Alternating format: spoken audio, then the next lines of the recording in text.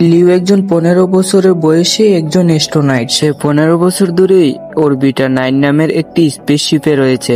অর্থাৎ সে জন্মের পর থেকেই পৃথিবী দেখেনি। এর একমাত্র কারণ হলো অতিরিক্ত দূষণের ফলে বায়ুমণ্ডল বসবাসের অনুপযোগী হয়ে গেছে।